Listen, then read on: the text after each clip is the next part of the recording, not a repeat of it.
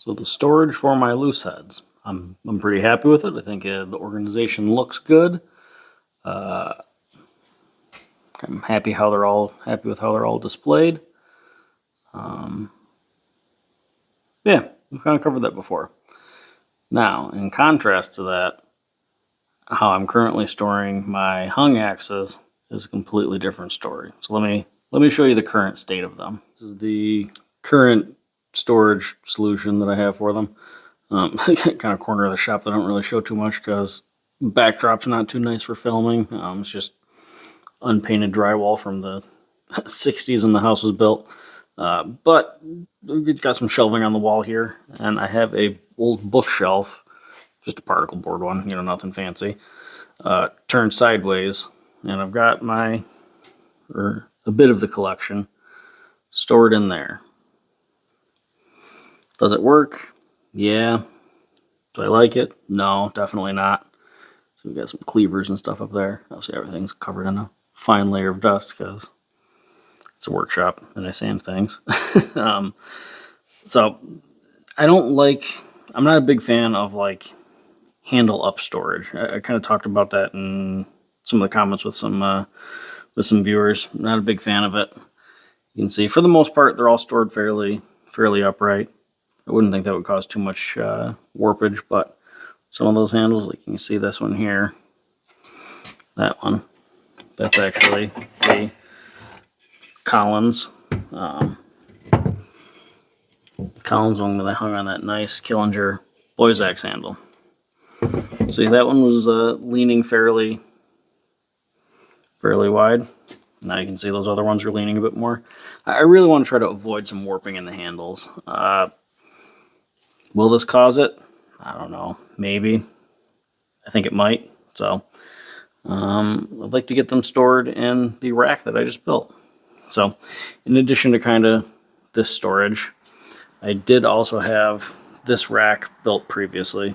Again, I'm trying to do some shop reorganization, so everything is dirty and dusty and very messy right now. So, though, I mean, to be fair, most of the time it is like that.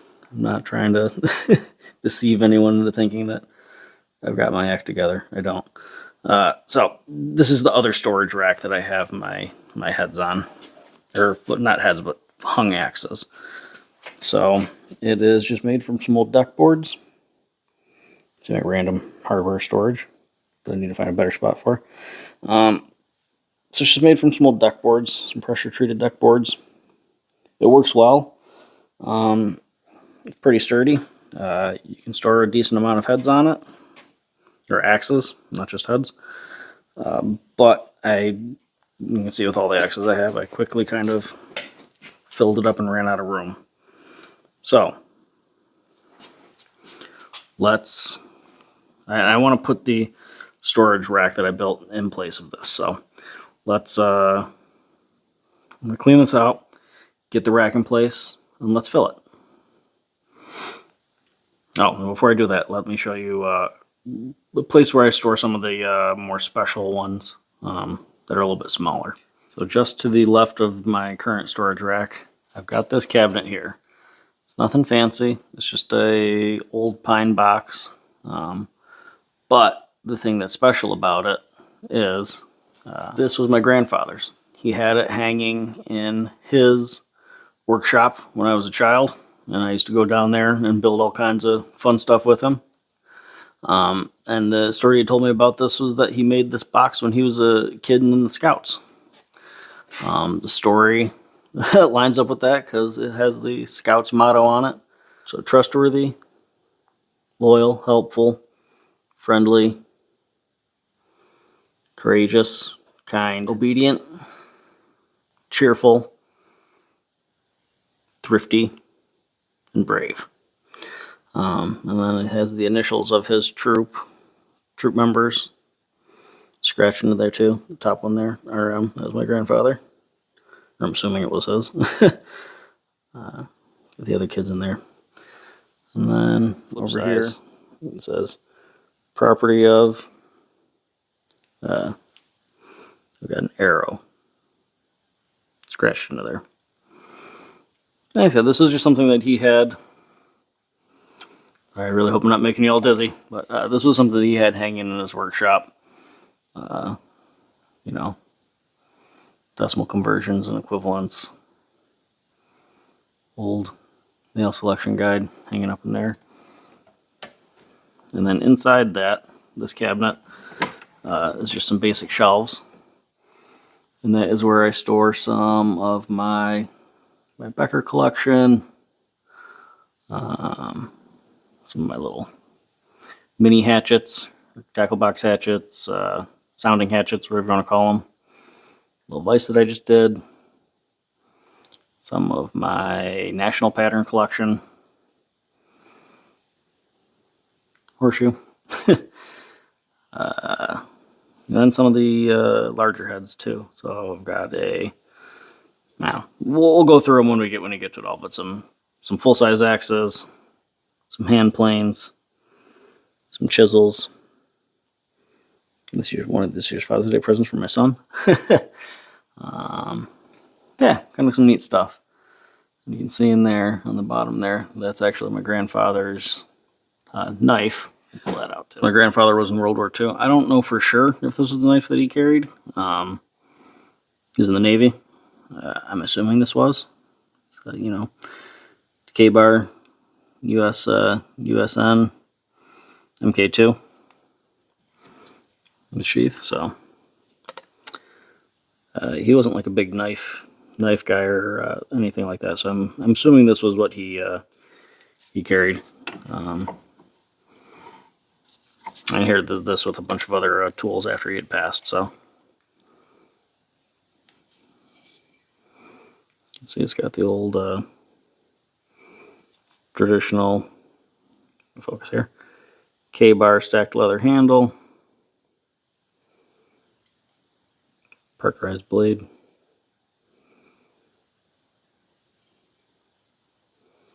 Yeah, well anyways, this video is not about it's not about knives. It's about axe storage. So let's get back into getting the racking collection in the place and start filling it with the rest of the collection. So the contents of that rack ended up on my, not rack, but the contents of the shelf storage thing, whatever I was keeping it in before, whatever you want to call it, that thing, ended up on my bench. So I don't have any rhyme or reason as far as how I should organize these in that rack, the new rack, I should say. So I'm just going to jump into it. Start with what's right in front of me here. So right here. I don't honestly know if I've ever shown this axe on a video. I made this handle before I was making videos. I think I put some pictures of it on Instagram when I was making it. Can't really remember. But it is, the head is a, I would call it like a Pennsylvania belt axe pattern. So it's roughly about 2-ish pounds. It's like a heavy hatchet size. It's got old kind of like square eye construction. See, it's laminated steel, so it's multiple piece construction, or at least I think this axe is multiple piece construction because I think the high carbon steel inlaid bit, goes all the way back to you can see there, all the way back to that eye. And then if you look here, you can see some more kind of like lamination lines. So yeah, really cool old hatchet head. I carved a black locust handle for it.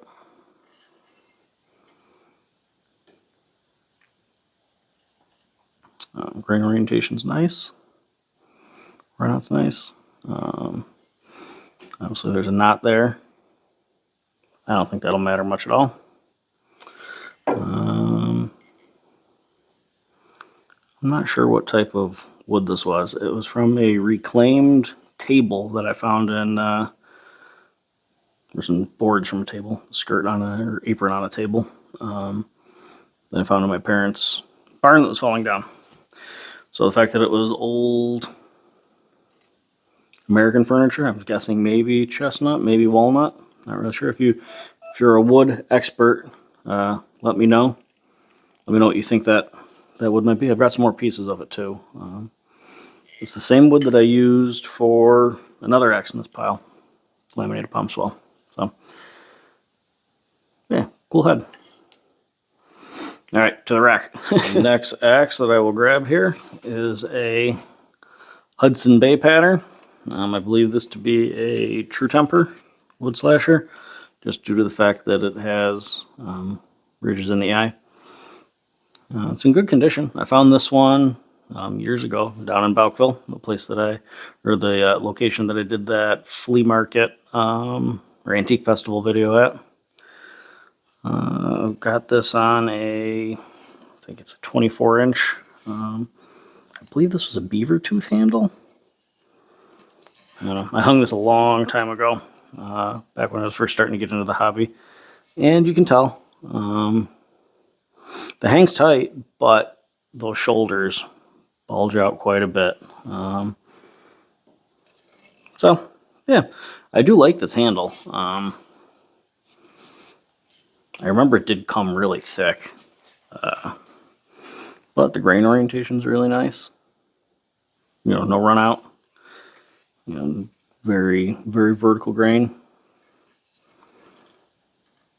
Yeah, a nice little Hudson Bay. Honestly, I've never really even used it. I hung it because I thought it was cool.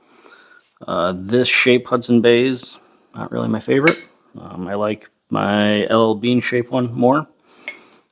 But yeah, it was a good deal when I picked it up, so I kept it. All right, the next guy we've got here is a Husqvarna carpenter's axe. So this was actually one of the first axes that I ever bought. I think it was the second one after my very first council tool boys axe in the pile there.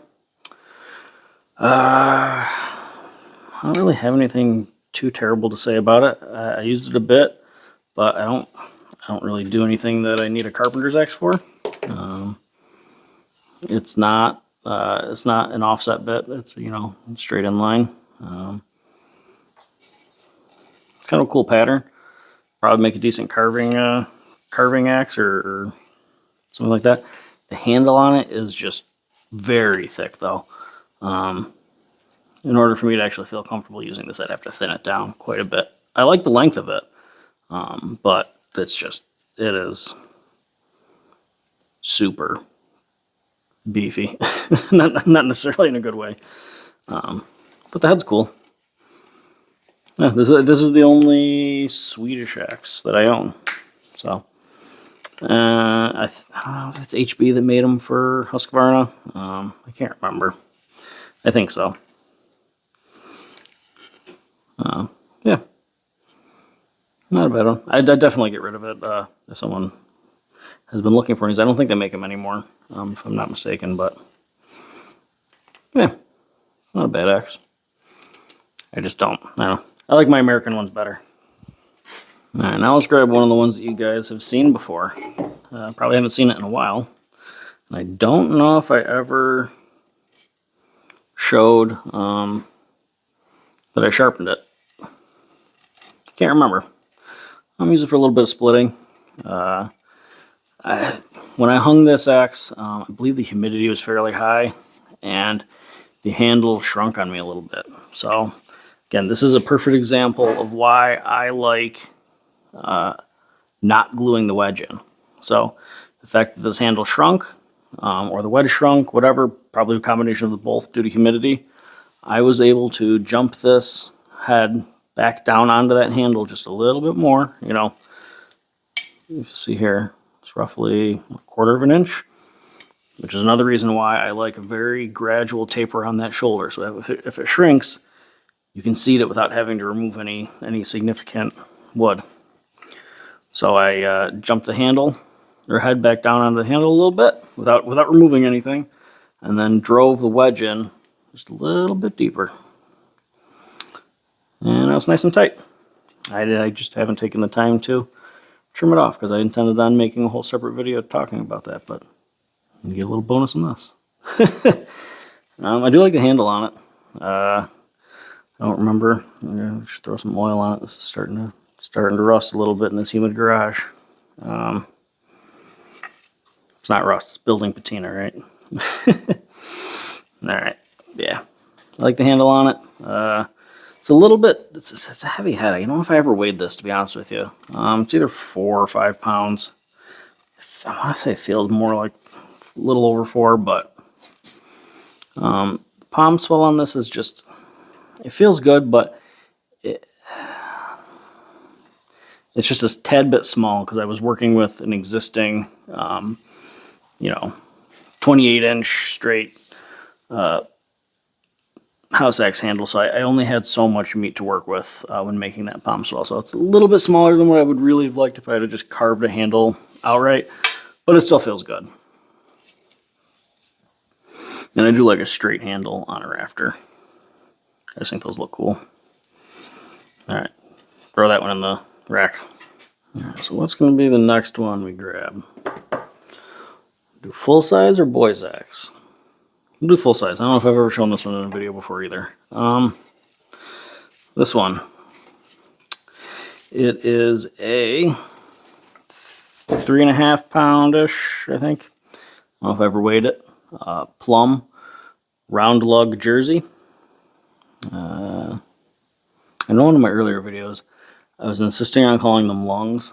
For some reason on an old diagram I thought I had read lung, but they've always been lugs. I misspoke. So if you watch it back then, or it's constantly learning,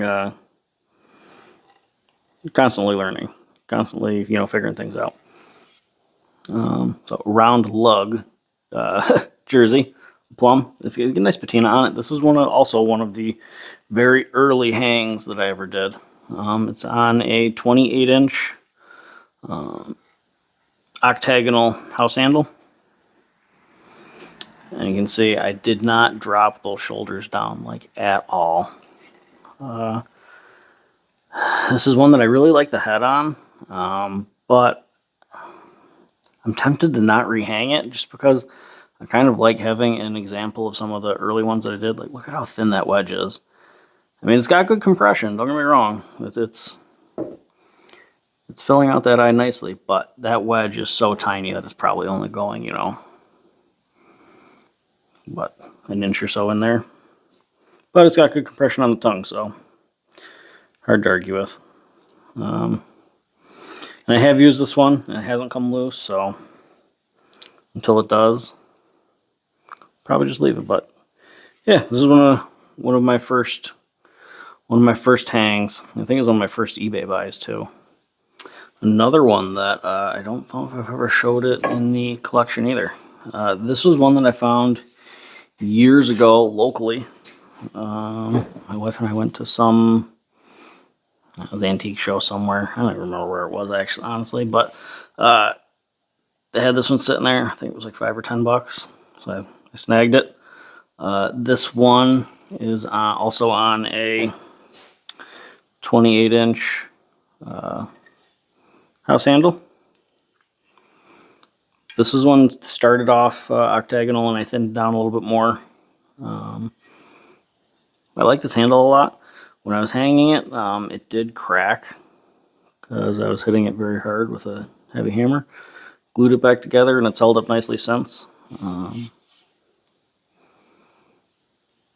Yeah, I believe this is what you'd call maybe Connecticut pattern, but the pole doesn't really taper much, so I would say it might be not quite a pancake, like a woodsman pattern, I guess.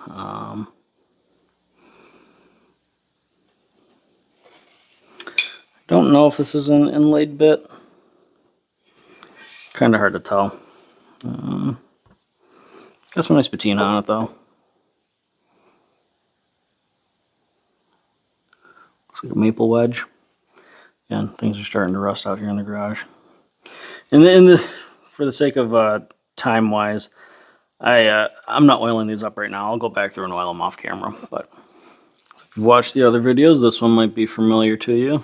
It is the Collins Connecticut pattern that I hung on the Killinger Boys Axe handle. Look at that nice palm swell. Very generous. Feels great. I really like this handle. This head was very clean, and that was one that had that 3.25, 3.5 pound stamp. Can't remember. I think it was 3.5. Pound stamp on the pole. Just in real good condition. That one's got a maple wedge. But, yeah, 28-inch handle. Most boys' axes are 28 inches and under, so 28-inch handle. Yeah, I like it. Cool one to have in the collection. All right, so this one. This one didn't get much. It's one of the first, not the first, but one of the first videos I put on my YouTube channel. It is a 3.5 pound jersey, just unbranded, no name. It does not have the ridges in the eye, so I don't know if it's a true temper. Maybe, I don't know. It seems well made. It's 3.5 pounds stamped there, so if you can tell who the maker was from that, definitely let me know. I don't see any other maker's marks on it.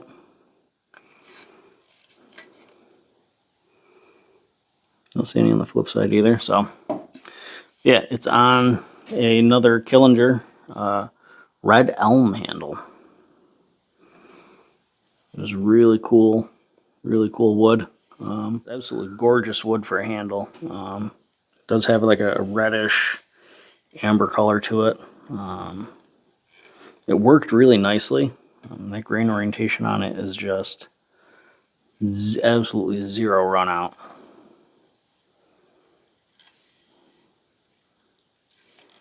Nice palm swell. It's cool looking. There's no stain on this at all. It is just my axe oil, which I've talked about before. You can see that cool grain in there. The wood definitely feels softer than ash and hickory and black locust. So I don't know how it would hold up long-term use, but it looks really good. So it's a cool one because it is one a Killinger handle and it is red elm. I haven't really used it. I did put a nice edge on, or start to put a nice edge on the bit. Didn't take it all the way to polish. I think it's just I don't know what grit stone, but it might just be files. Didn't finish it though. Come back to it at some point. Make a mask for it. I kind of dig the remnants of the red paint. Looks pretty cool. Kind of matches that red elm theme, I guess. Red theme. Yeah, it's a neat one. 28 inches, I believe. Yeah, it comes in at 27 3/4-ish. So, yeah, 28 inches. Looks like I've got a maple wedge in there. A little dusty, but yeah, maple wedge. It's a nice one to have. It's cool. Especially because Killinger's not making handles anymore. Alright, so what do we got next? Okay, here is my 3.5 pound plum. Did a little bit of chopping with this. Dayton pattern. This is the handle, or the axe, the handle, however you want to look at it, that I did in my How to Shape an Axe Handle series. This is that one. Really like how it came out.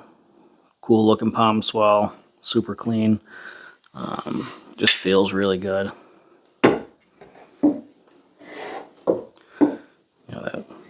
You know how I like my handles. If you're watching this, you probably already seen a bunch of videos about me talking about the handles. But if not, go check them out. Maple wedge. This one, this is one that stayed hung nice and tight. Spalted maple, actually. Kind of neat. Again, another house handle that I just had really, really good luck with using their hand-picked option. Getting really phenomenal, run out or lack thereof, and grain orientation. I mean, like, you can't get more vertical than that. And it's heartwood. Love that heartwood. So, yeah, this is one. This is the this axe actually that I sharpened up has had the best temper on it so far yet. It's significantly better than my one Connecticut pattern plum that I sharpened, and better than the Rockaway. Rockaway is a little bit better than the Connecticut, but the plums are all, the other plums I sharpened were all decent, but this one was super hard to file. The files bit into it, and I could actually grind it, but it really, really nice temper on this axe. So, again, one of the reasons why I enjoy some hand filing. Get a little surface rust there. Have to clean it up. But, yeah. 28-inch curved handle. 3.5 pound plum Dayton. All right, now one of the axes that I probably have the most time actually swinging. This is the axe that was rode in my truck for the longest time. It's one of the ones that for a real long time, that's the one I would grab when I was going into the woods to do any just hiking around or clearing trails for, shooting lanes or anything like that, or just playing around. Used it for a lot of limbing. I like the geometry on it enough that you can use it almost like a picker, and you can really bury it into a round or a log, and then use the whole axe to kind of pick it and carry it, and then kind of shake it off. So it's really nice for kind of doing some firewood work. But it is my modified council tool boys axe. Nothing super fancy about this one. It was the model or version long before they did the work finish or whatever it is now. So this is painted red to start, if you didn't guess from the stamping. I think I talked about it in my Boys Axe collection video. So, yep, this is one that I've rehung because I needed to. And this replacement handle's got some it's a cool finish on it. You can tell there's like some chatter marks from whatever copy lathe they use, but it adds an interesting texture to it that I like. It'd be interesting to kind of replicate that in some kind of way. But yeah, it's a cool one. Still one of my favorite go-tos. It's I like the modification that I did there, where I can kind of choke up on it here. Sometimes when you're doing some limbing or something like that, you've got those little things that you just want to get out of the way so you can see what you're doing. You kind of choke up, just kind of like tap that into the little branch, and they just pop off. So.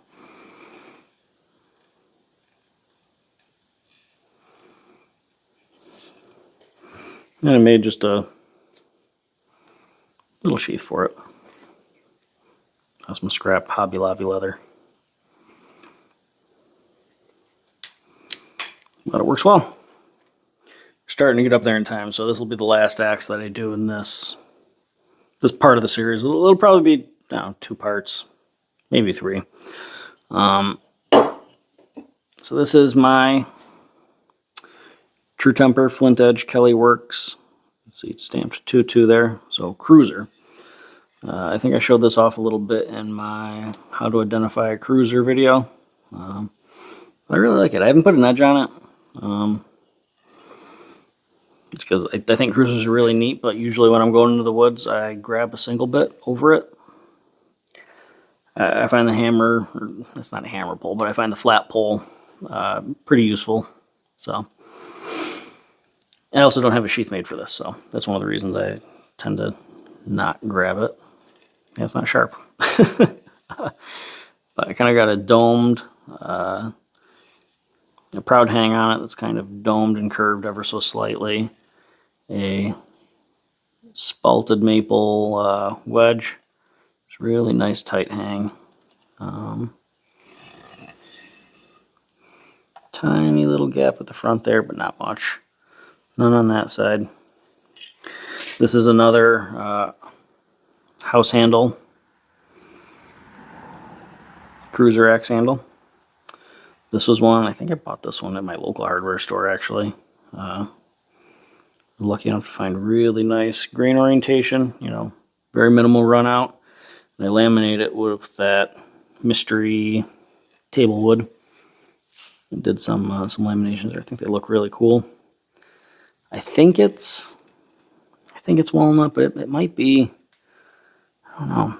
It's hard because, like I said, it's reclaimed wood. I didn't buy it, so maybe it's mahogany. I'm really not sure. It doesn't feel super. It's a hardwood, but it's not nearly as hard as hickory, which makes me think it's walnut. But if you think you know what it is, let me know. Again, it came from a very old table in a very old barn here in New York, so my guess is it's not any kind of exotic wood. It's probably something local or domestic. But I've been wrong about many things before, so. All right, we'll get this one on the rack, and then I'll take you over and kind of see how the rack's filling out for right now. So I like how this is filling out. You can see here we've pretty much taken up the first, we'll call it bay, I guess. If I really wanted to, I could probably stack them a little closer, but right now, as it sits, I've got more than enough room, so I don't need to stack them quite that tight. And I've got 2 X's, I guess 3 X's hung in this second bay, but I could probably move them around a little bit and free up more space. So as of right now, it's holding 1, 2, 3, 4, 5, 6, 7, 8, 9, 10, 11 axes. And you can see we've got, you know, a lot more room to continue to keep filling it up. So I like how it looks. Some room on the bottom. I can store some more stuff if needed. The longest axe that I've hung on it so far is a 28-inch. So we'll see when we hang some 36-inch ones in here. See, it looks like we'll have plenty of room. Should hope so, because I did some measurements. I did end up throwing a coat of just, it's kind of old and expired, but just cheap polyurethane on here. Just to kind of help keep the dust off and this from soaking up anything. That helps. I kind of like the idea of if people send stickers, I can throw stickers on here. That'd be kind of neat. I know I've already got a one in mind. I talked about him in the last video, but Ryan and over at Lionhead Restorations, he sent me one of his stickers too, so I think that'll look real cool going on that first bay there. So, yeah, I like the rack. I think it's really efficient, especially for how much space it's taking up. I don't know if I ever talked about the final dimensions that I chose. It ended up being roughly 18.5 inches, give or take a little, deep, and